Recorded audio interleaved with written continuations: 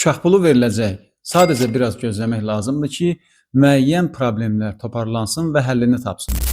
Xalq artisti Afaq Bəşirqızı belə düşünür.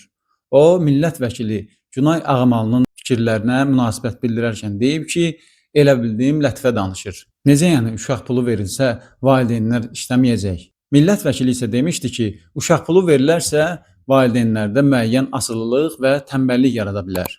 Bu həftə müzakirə olunan mövzulardan biri də Kəmal Abdullahın qadınlarla bağlı dediyi fikirlər oldu. Qadın daha çox ailəsinə baxarsa, Azərbaycan cəmiyyətinə xeyir vermiş olar demişdi. Bir çoxları onu qınadı. Deyirlər ki, qadın bu qədər savad əldə eləsin, evdə qalsın. Amma unutmaq olmaz ki, qadın da, kişi də savadını evlərinə, evin içinə xərcləməsələr, gələcəkdə bunun çətinliyini çəkəcəklər. Necə deyərlər, əvvəlcə evin işi. Siz necə düşünürsünüz? Uşaq pulu verilərsə, valideynlər tənbəlləşəcək. İkinci mövzuya gəldikdə isə, qadınlar daha çox evə vaxt ayırsalar, cəmiyyətə fayda vermiş olarlar. Fikirlərinizi rəy bölməsində bildirin.